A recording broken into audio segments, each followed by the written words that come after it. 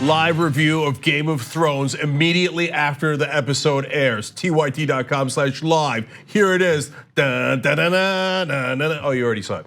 Okay. But we won't reenact the entire thing. Pretend there's a fire here. Okay. Who's singing? Who's singing? Brandon Gentry. There's a person from obviously, Podrick is singing. That's right. Which would make it the first. So we don't know what the episode is called, season 8, episode 2, but we have named it the first podcast. For when Podrick sings. Okay. All right, so obviously if you haven't watched it, spoiler alert, hello, it's a review. The whole thing's a spoiler alert, but Ben, take it away. Yeah, so this is season 8, episode 2. We can begin in any number of places, but first of all, I wanna go back because I wasn't here last week and just because I thought the best line, and it was relevant in this episode from the first episode of season 8, last week's, was some variation of Sansa saying to Tyrion, "And I once thought you were the cleverest man in the world," or however she put it, because that was that played a big role today when she came to realize that he was capable of making a big mistake. And there's a lot of similarities between episode 1 and episode 2, which episode 1 was called Winterfell. This feels just like Winterfell part 2. Yeah, it feels like episode 1, part 2, because it's still antebellum. We're sitting here, we know that there is a war or a giant battle about to break out, and everyone is just having more and more of those moments where they're, kind of putting a little punctuation mark or a comma, a pause in their relationship, but kind of getting it to a certain point. Yeah, but also not so much a pause in the relationship too. This is two. I'm not knocking it, but there have been 2 straight episodes of Larry. Oh my God, you. Yeah. Right? Well, I mean, a series of reunions and/or conversations that we've been waiting 8 seasons for. Yeah, so that's right. And so I'm gonna defend this episode and then come back to your Sansa point, because Brent and John were here last week, but Ben and I were out doing different things, and that's the one thing that actually drove me crazy, and I wanted to comment on, and was a big part of today's episode, which is who's smart, who's not, who should be handing the king, etc. But first, in defense of these episodes, this is giving me exactly what I want, and this is what I want in all the things that I watch that is usually lacking. It's another reason why I think Game of Thrones is superior, which is some resolutions. And so many things are left without resolution normally. Now, here's this fascinating bubble of time for episode 2, the last 24 hours of humanity. Right? And not only just for them, because that's a lot of movies. Hey, we're gonna go into battle. This is the last 24 hours of our lives.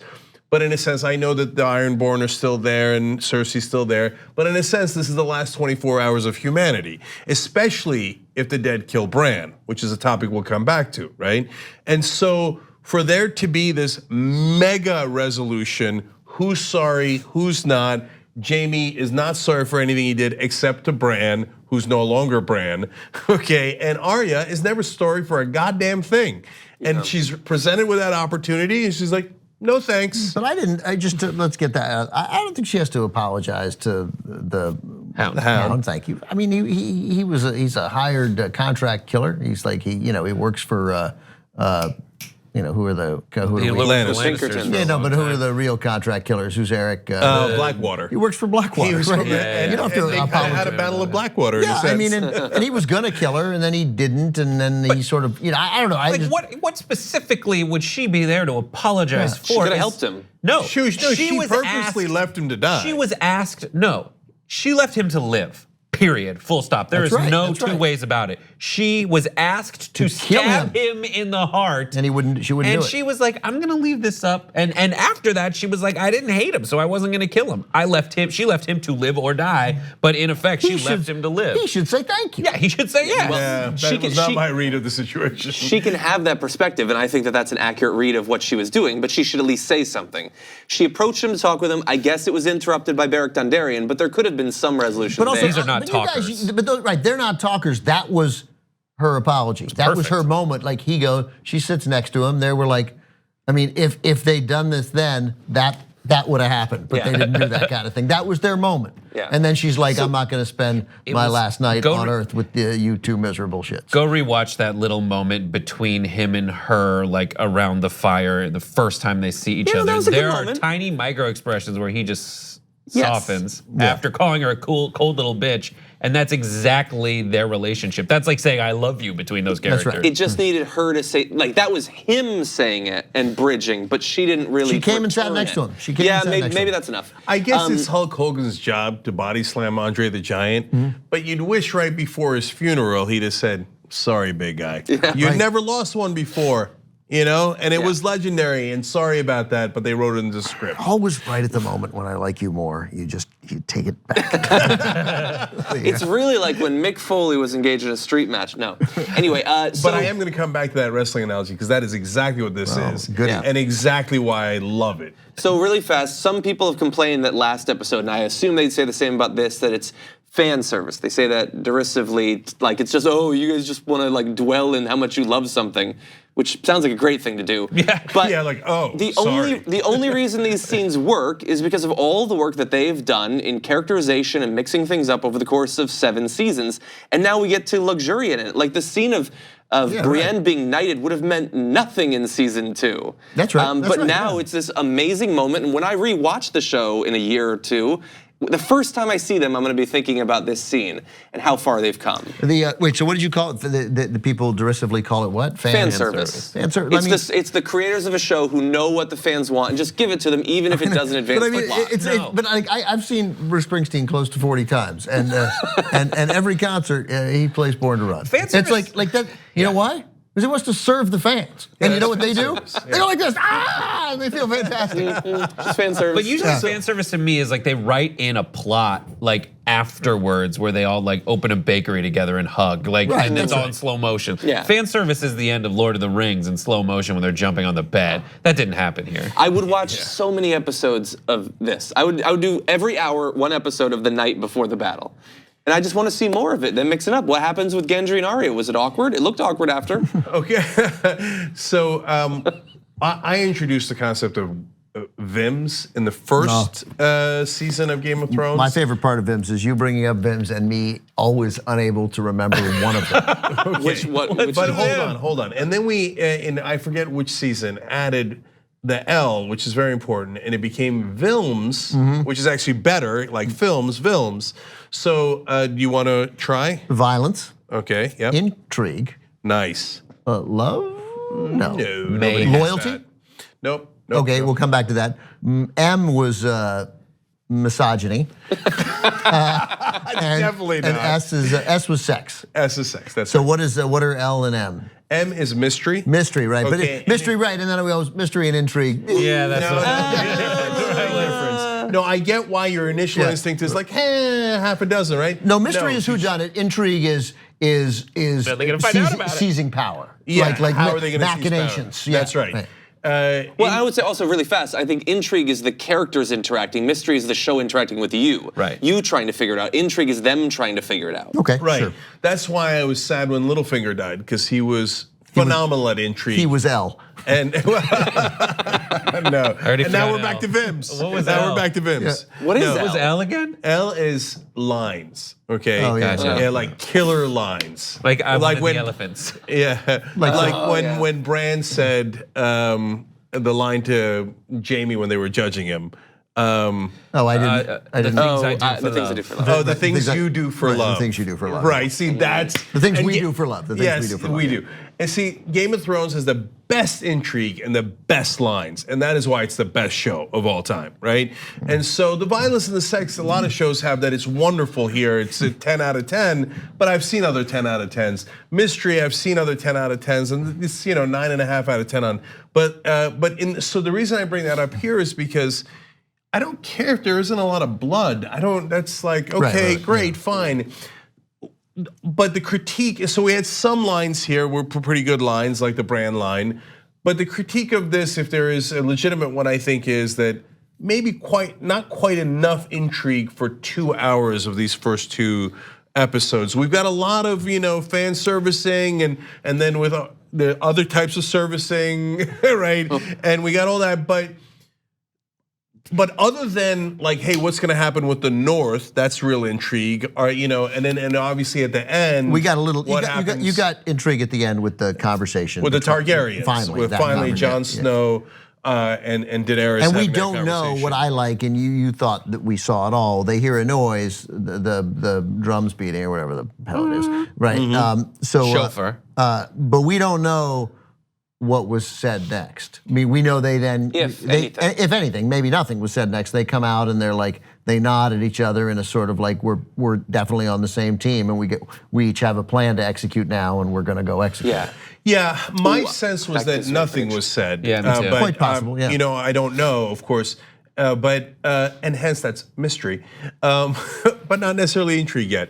So anyway, but when they get out there and he gives the nod, it is at least an acceptance that, hey, whatever happens to finish our conversation in the crypt, or whatever our conversation was in the crypt, right now you're in charge. So that's Jon Snow going, go. And also an acknowledgement that maybe it doesn't, maybe the resolution of it doesn't have to be awful. Like maybe there's a way out, and maybe it's gonna end up, maybe it's gonna be our secret. I think that opens up the possibility that in the heat of battle, in a moment where Daenerys needs to make a decision, she might just let him fall.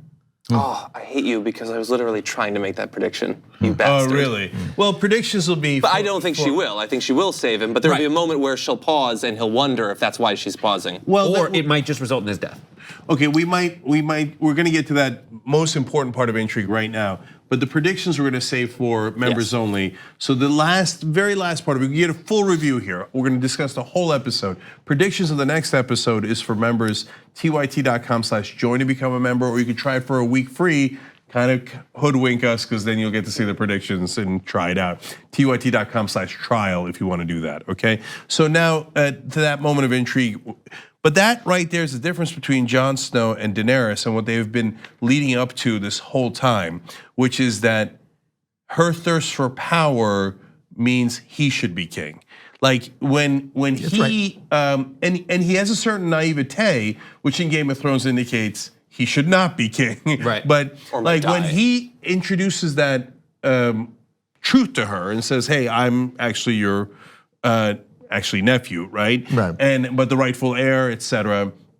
He does it with hesitation. He doesn't want to do it, right? He doesn't want to tell her, but he has to tell her, and he doesn't do it with any hint of little finger of like, who does that make king? And when she turns around and says, wait a minute, and sees it as a challenge to her, that betrays that she cares more about that power than she does about Jon. And then Jon seems to like give a look like, you care more about that than you do about me? Keep in mind what she said in the conversation, a very interesting conversation with Sansa that Richard, whatever his name is, said, right? Richard from Game of Thrones. It's been, I mean, Richard from Downton Abbey. Sir Jorah Mormont. It's been many years since I've referred to him as Richard from Downton Abbey. That's to me still. Forgot about that. So Jorah comes, that he set that up. He obviously said, keep Tyrion, he's the smartest guy in the room, and that's it, and you need him, and go make nice with Sansa, fix it somehow. But when she said, in describing what happens with, twice, I want to sit on the Iron Throne, that's been my quest all my life. And then she says, what happens when this is over? There isn't, we restore some order, we make sure we feed the hungry, we protect ourselves against any other, she says, I go sit on the Iron Throne, problem solved, right? Which is, she is driven in that. And she seldom, in the past, back at Messiana, Marine, she did have those moments of, I'm gonna make life better for the people who need it. But she has been sort of singularly focused on power since then, as we saw evidence last week, which thankfully at the time we talked about it, her callous and unnecessary decision to have the dragons burn Sam's dad and brother. I don't know if that was necessarily unnecessary, but I do think they've explicitly stated. They take prisoners. But okay, so this is what I'm getting at, which is the development. They've said specifically the reason that she has Tyrion is to check her base instincts, which are Targaryen instincts. Her fear that the real Khaleesi is one who burns things, and she doesn't want that to get out. She doesn't want it, but that had developed into okay, I'm gonna listen to Tyrion to a fault, despite what Lady Olenna said, which is be a dragon, and it really cost me a bunch of allies. I wonder though, is there that moment where she can get away with just saying, I just wanna sit on it for a minute? You know, like I'm gonna go to the Iron Throne. I'm gonna do a ton of other stuff. That didn't really strike me as that terrible. I saw it did in Sansa's eyes, which is what you're talking about. I don't think it's terrible. I just think it is. I don't think it's supposed to be terrible. I just think it is revealing. It says something about her. I think it's to Cenk's point. It says something about her, and it says something to Jon that his instinct is not like, yeah, so I guess I am the male heir. Ooh, awkward for you, but I'm in charge. Well, I read the nose crinkle of Jon Snow as like, wow, I don't even want this. Like I'm about to say I don't want this right now. I think the next conversation is going to be really critical there, and they haven't even worked through the aspect that's interpersonal to them. They've only talked about it from the point of view of power distribution in the future, not the fact that they've been sleeping together and they're actually related. Which would be much hotter if they were related. Yeah, so you were just... But they are Targaryens. To be fair, which in makes it that less context, of an issue. Yeah, it's less of an issue. Yeah. Because Targaryens are supposed to sleep with each other. Exactly. Targaryens It's kind of weird that there's some But it Stark won't in be in the show. Like Jon can't be thinking that's okay. Like that Exactly. they may have in the past, but Jon won't subscribe to that theory. Yeah, and he wasn't raised Targaryen. It's only okay in the Targaryens, one couple in the Lannisters, and Theon performed a little bit of heavy petting on his sister, and that's pretty much it up until this point. Unknowingly. But hold on, because we were talking about the Tyrion, the smartness, and all of that. Lady Olenna gave her the advice, just be a dragon, which sounds like exactly how to go down the road of being the Mad King, because he was definitely a dragon, if nothing else. But on Tyrion, I get that they want to have a crisis of faith for him and for Jon, let me. I'm being rude, but I want to stop because that's important. But I want to because I think I've actually thought of something that needs to be said regarding that little moment. Totally right. So interesting that Jon makes this point to Daenerys, right? And she says that makes you, her words, right, the rightful male heir to the throne. In the same episode, moments after, Brianna is knighted, and when women don't get knighted, and there is this consensus in that room, F the rules, right? Yeah. F tradition. So we get this suggestion, this moment from other characters, they're not there, that, hey man, the rules are out the window, it doesn't matter. Because technically she's more in line for the throne, but if she were a boy, if she were her lunatic brother, it would be obvious that she would get the Iron Throne. I don't think that happens in a vacuum in this show, that we had this moment of people saying, women, enough, yeah, they can be knights, and that maybe that consensus will allow Jon to, if he doesn't die, to allow her to have the Iron Throne anyway. I want to come back to that in a second. Although in this case, even if I'm thinking of this right, he would be the heir over Viserys, actually, even. Because he's the son of the rightful heir rather than the brother of the rightful heir. That's right. But I get what you're saying. On Tyrion, really fast. You remember that dude's name? Viserys? Yeah. Yeah. No, he was in some other show, I guess. He even remembered that Armenian guy, the one with the flaming sword. Yeah. Derek Dondarrion? Derek Dondarrion. And his daughter Laura. I love that guy. So with Tyrion, what I was saying was, I know that they have to have him have a crisis of questioning himself, and they want Dany to not be sure of her advisors and all that, especially at a time when she's also facing a potential challenge to her being the heir in the first place. But with Tyrion's specific mistakes that he's made, the biggest one that they're all harping on is you trusted Cersei.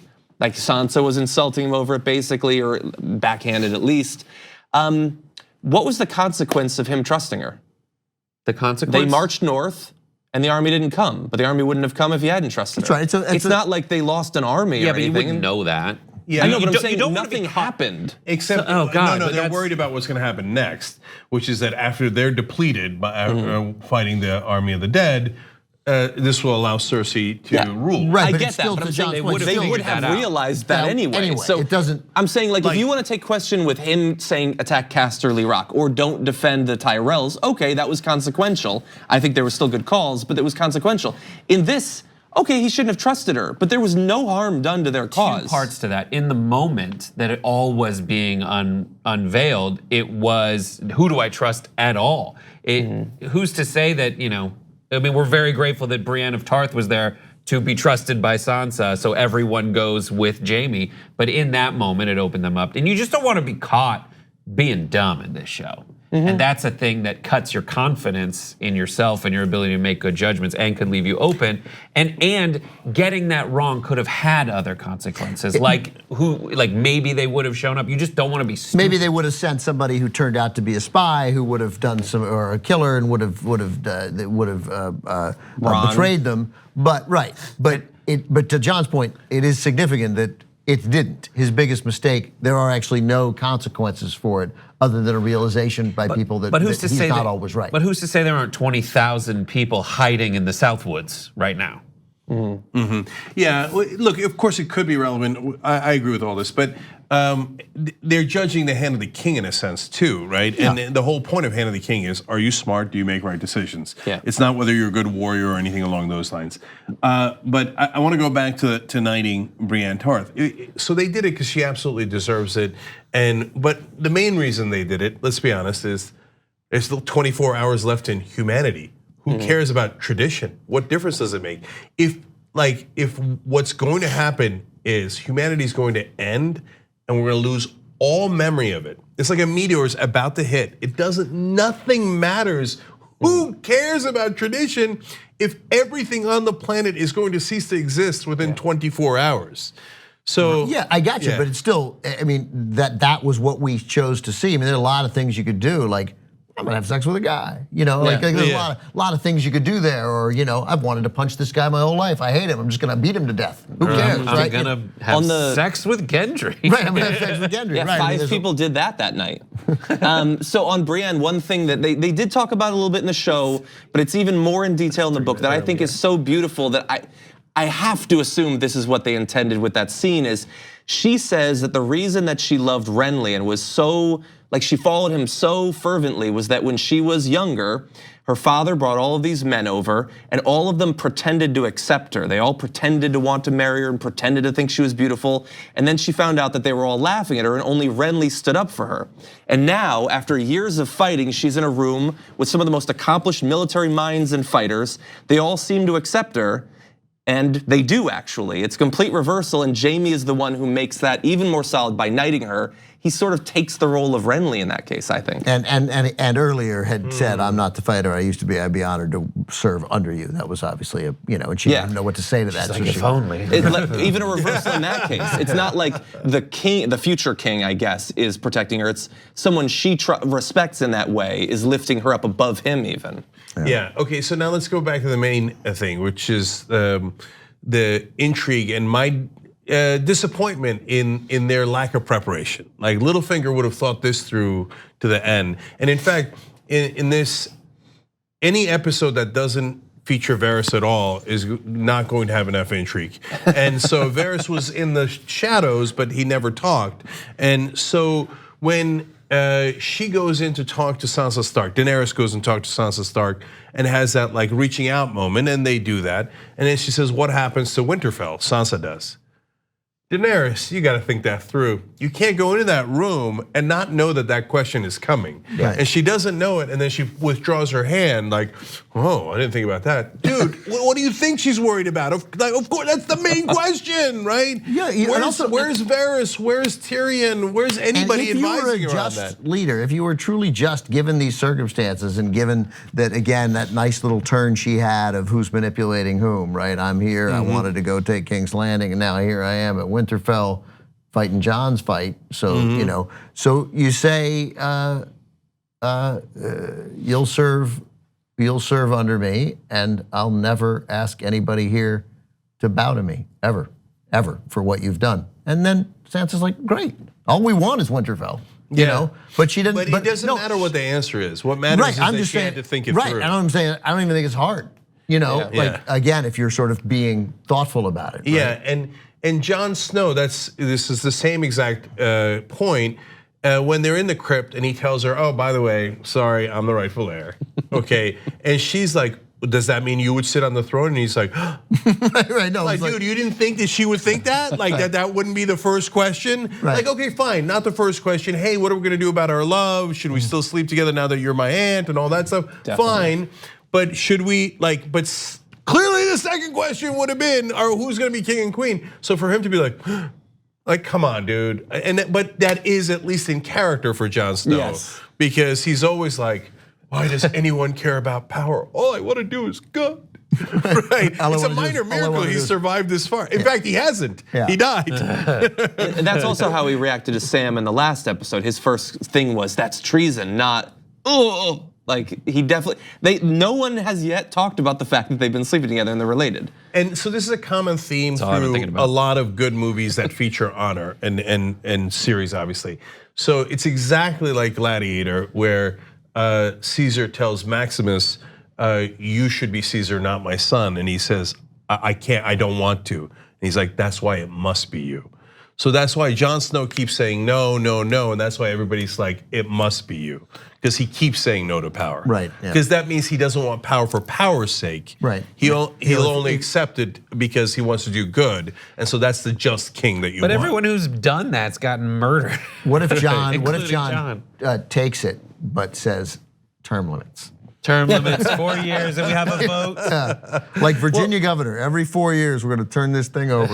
Right, and Daenerys comes in and says, "Hey, listen, I'll be queen, okay? But if anybody wants to work for Jon Snow later, you won't get any contract with the Seven Kingdoms." Okay. We went real deep for that political reference. Jesus. Okay, anyway, so but now the other, in my mind, giant thing that we surfaced earlier, and we coming all the way back around to Ben's point about the first episode. You're going to talk about Tormund, the other giant thing? The giant bane, if you will. No, so you mentioned last episode, Sansa saying the great line about, "I didn't think you were, you're not as clever as I thought you were." Obviously, I used to think you were the cleverest man in the world. Of course, John Iadarola remembers every single line. I've watched it several times. All right, bless your heart.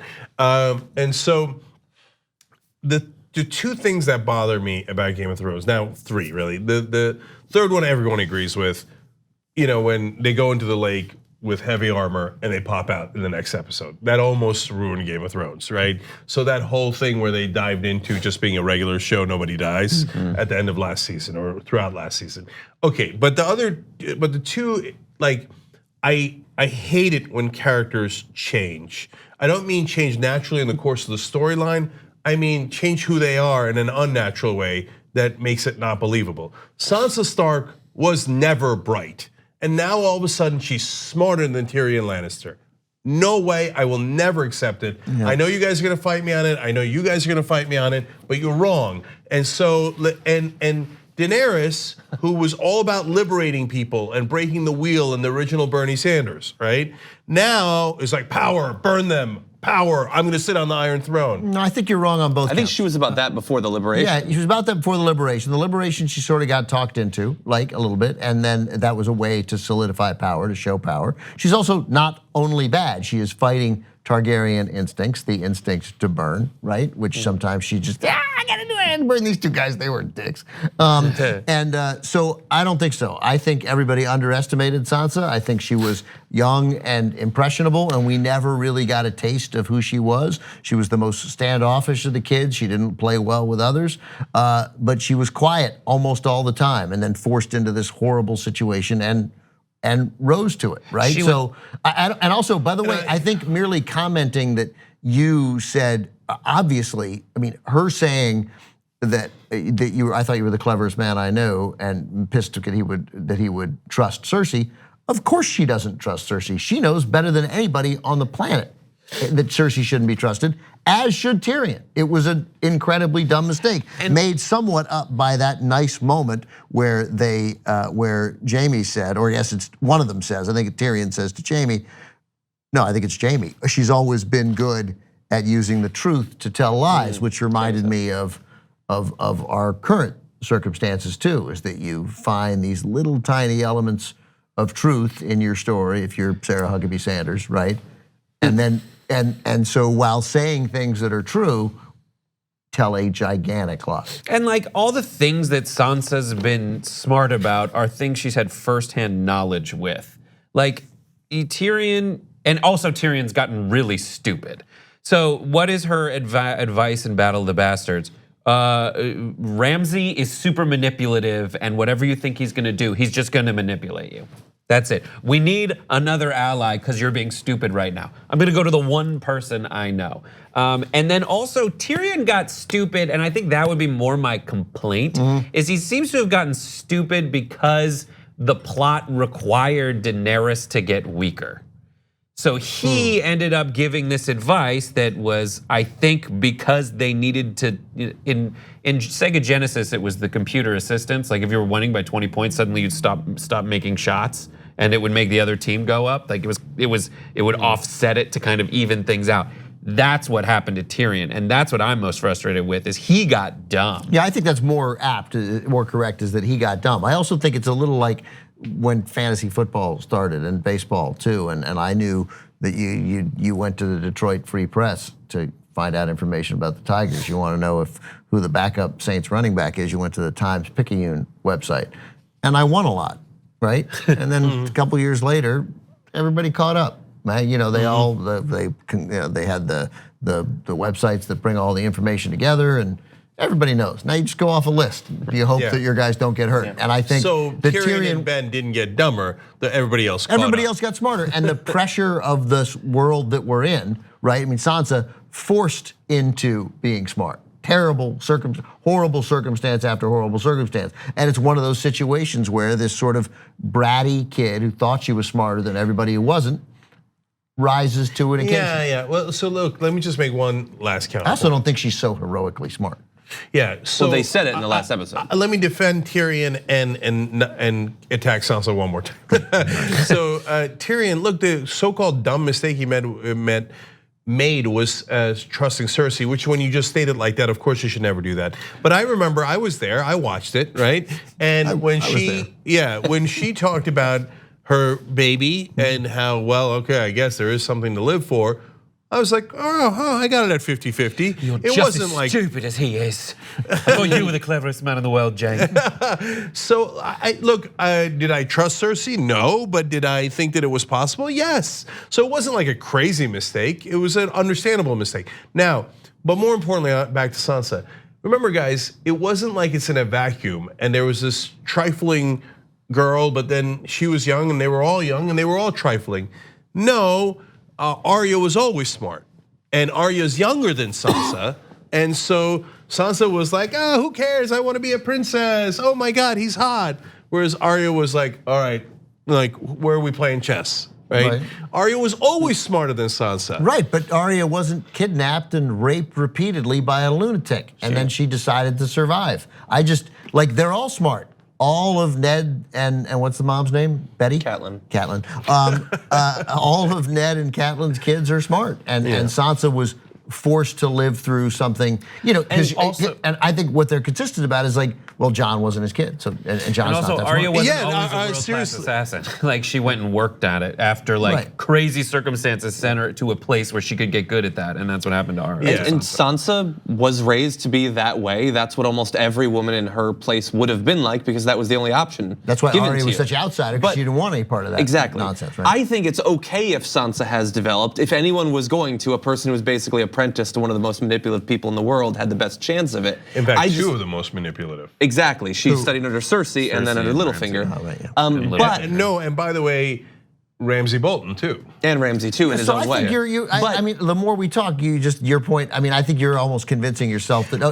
I just think it's too sharp a turn. Right. But if they had left her at like hardened and gets it without being like a tactician, I'd have been okay with it. I just think they went a little too far. Like all of a sudden, everybody's like, Sansa, Lady of Winterfell. I mean, she's the one who makes all the right decisions. Well, apparently she's been doing a good job prepping everything. I just think in the same way that you have Tyrion getting dogged on for what I don't think is actually a really bad mistake, Sansa's role in the Battle of the Bastards, like I've talked to so many people, including my girlfriend, who love Sansa, who cannot explain why she would not tell Jon that the Knights of the Vale are coming. There is no advantage to be gained. So those are that's among the couple of that's a couple of the Sega Genesis points right there.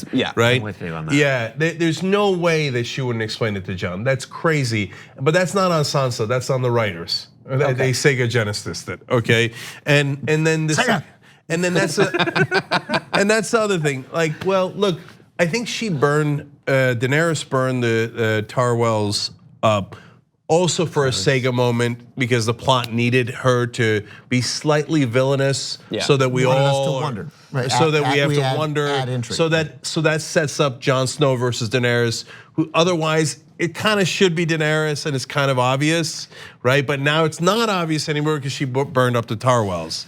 So it was kind of a Sega moment there. But Tarlys. The Tarlys, sorry, But thank you. yeah. Whatever. Yeah, Not Sam- whatever, Samley. important. Right. The Samleys. Look, the Dickies, the Dick on Tarlys. Look, it's all in the Samley, so it doesn't matter. So I don't want to get into that back into that Samley feud. Okay, but I actually think I'm not, and maybe this doesn't speak well of me, but and why I kind of like think I could be okay in the Game of Thrones if I was in that world.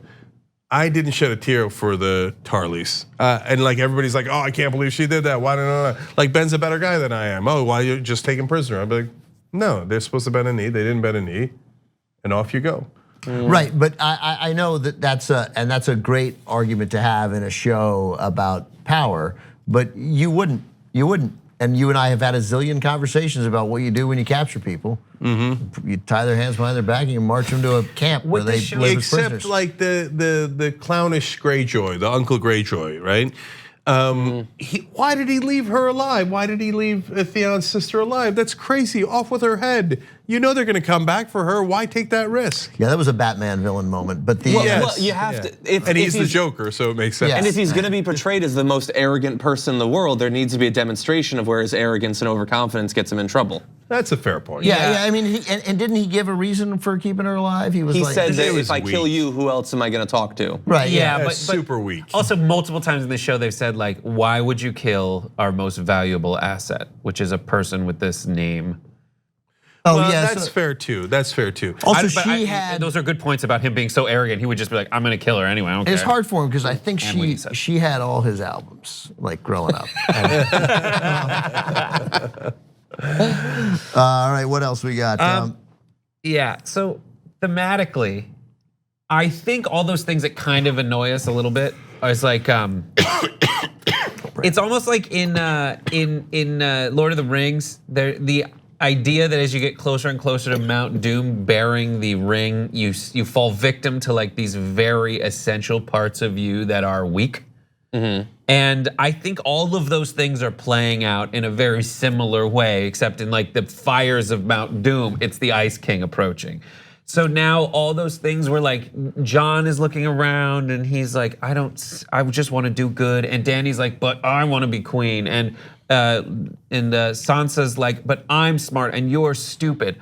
All those things are going to come to a head, and they're all going to have to face those things about them as the Ice King approaches. All right, we got a couple things I think we should discuss because my favorite conversation that we had during the show was Cenk's like, and Tyrion did it, picking Bran's brain.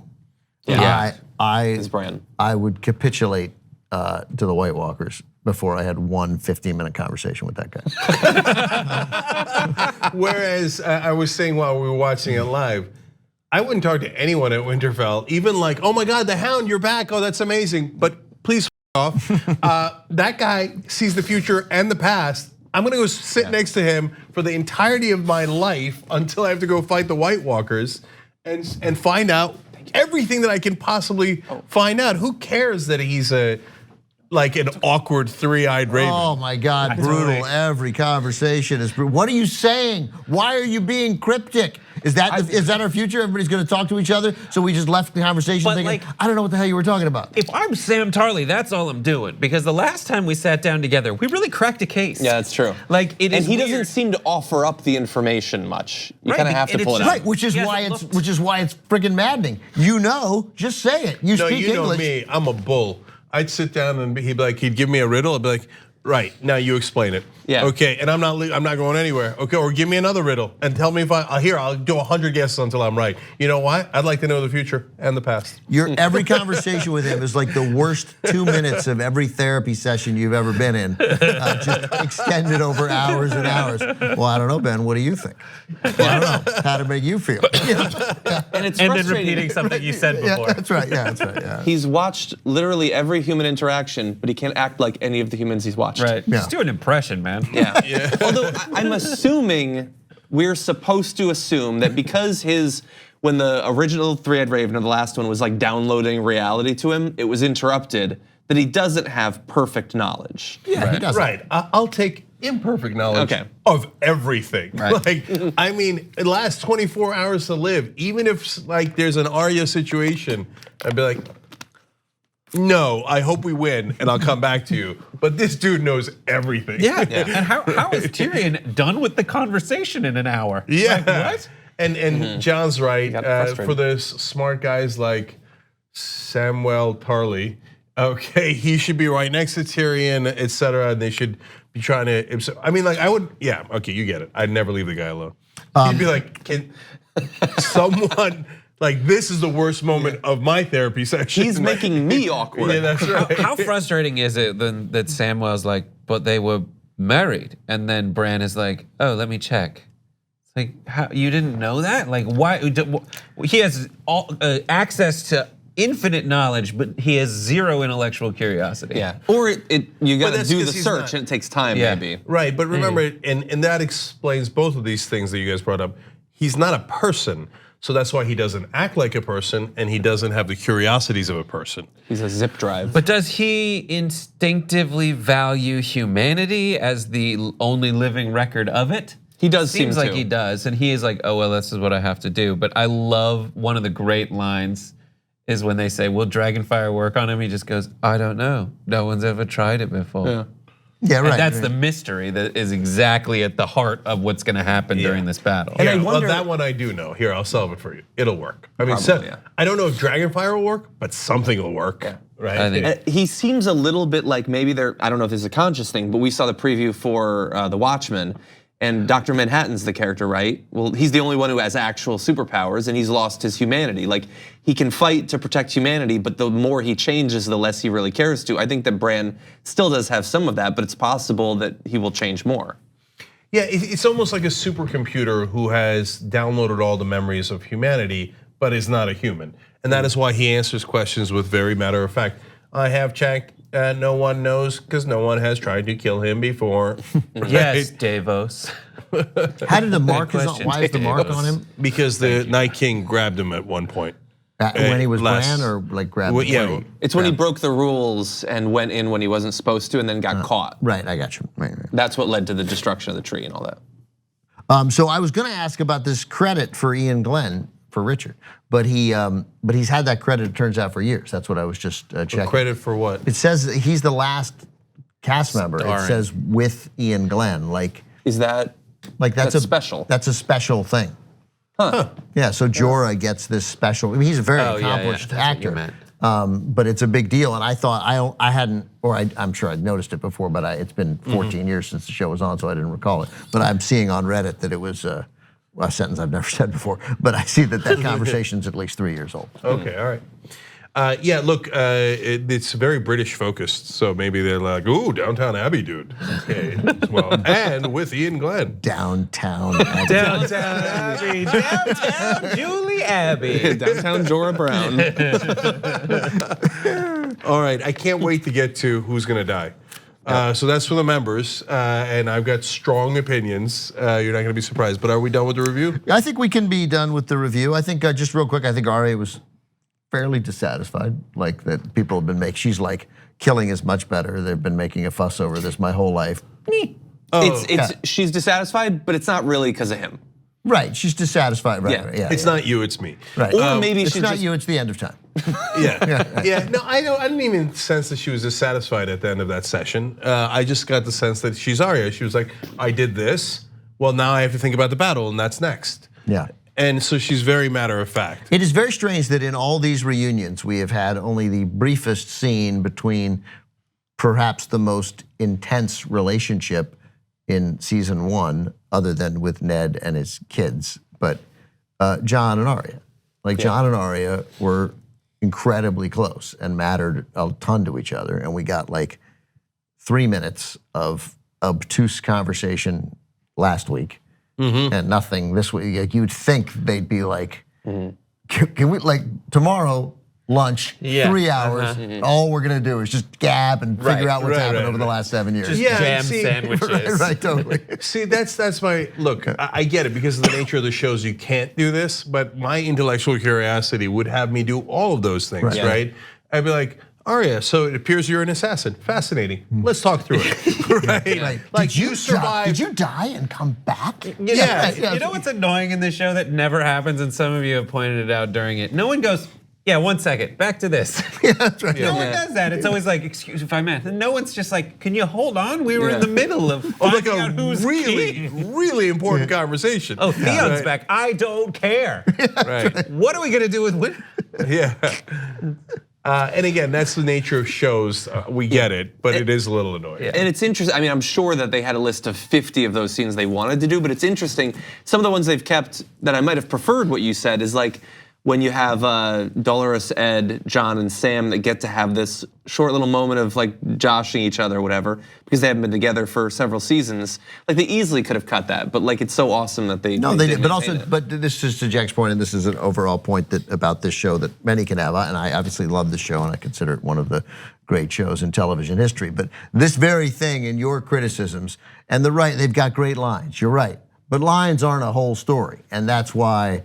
Still to this day, the great shows that are about identifiable humans in the history of television, The Sopranos, Deadwood, The Wire, 3 HBO shows, still to me, 1, 2, and 3. But Breaking Bad, Better Call Saul, The Americans, shows about people doing things that people do are still to me slightly better than the show. But they're all in this elite tier. Yeah, look, lines put things over the top. Look, and I know that I'm too obsessed with them. I saw Clash of the Titans just because I wanted to see Liam Neeson say, "Release the Kraken." Okay, but let's be honest. So did everyone who watched that movie. Yeah. Okay, and that's why Gladiator's so high on my list. It does have moments. Upon my command, unleash hell. Okay, for if I see you there, we are already in Elysium. Yeah. In this life or the next. I'll have my, Yeah, I mean, it's endless. It's awesome. Anyway. And that line where he's like, I'm a gladiator. Remember that one? That was a good scene. So, okay. So last couple of things here. I mentioned the wrestling reference. I've been dying to say it for these last 2 episodes that I watched. I think we're out of time, Jim. Yeah. Look at this. 1 second. Yeah. So no, yeah, exactly. 1 second. Okay. No, 1 second. Okay. So look, my favorite thing in wrestling was not the championship fight, it was the Royal Rumble. And so when all the best wrestlers are in the ring and then they throw each other out. Now, they're not throwing each other out. This is like kind of like a reverse Royal Rumble. All the best wrestlers are in the ring together and they're all gonna fight one united enemy.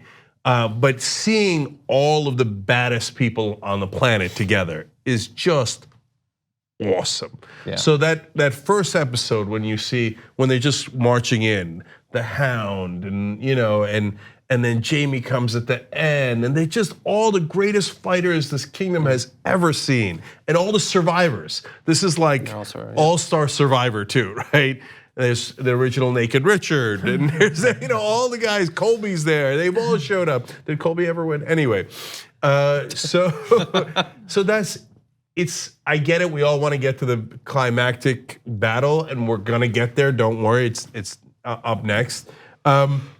But it's great to have 2 episodes of enjoying, soaking in, savoring the greatest fighters in the greatest show that ever was. And the next episodes are all apparently longer, right, than the last 4, I think. An hour and a half. Or an hour and a half. So this was really just a longer, there's really 5 episodes. This was a 2-hour, everybody's hugging it out. Everybody loves each other. Right. And it would be weird if they didn't have at least these conversations. That's the thing. Is like I would rather err on the side of fan service than unfinished. And last thing, it's a good segue to members only predictions for who's going to die, etc. Is that you need these resolutions for all the characters because you don't know who's going to die. So. Do we think they're gonna survive? We'll talk more about it in in the next segment. But I mean, I can't believe it happened right there. You saw it happen, right? I was gonna say, of course they're gonna survive. Somebody's gonna survive. Of course there's a way to kill the Night King. And then I thought, oh my God, it's Game of Thrones. Maybe they don't survive. And if they do kill him, it probably ain't in episode 3. Maybe it is. Uh-oh. But maybe it's not. This is why Game of Thrones is the best show ever. Because there is definitely some percentage chance that they don't survive. Yeah. That they all die. Just Sam. Damn!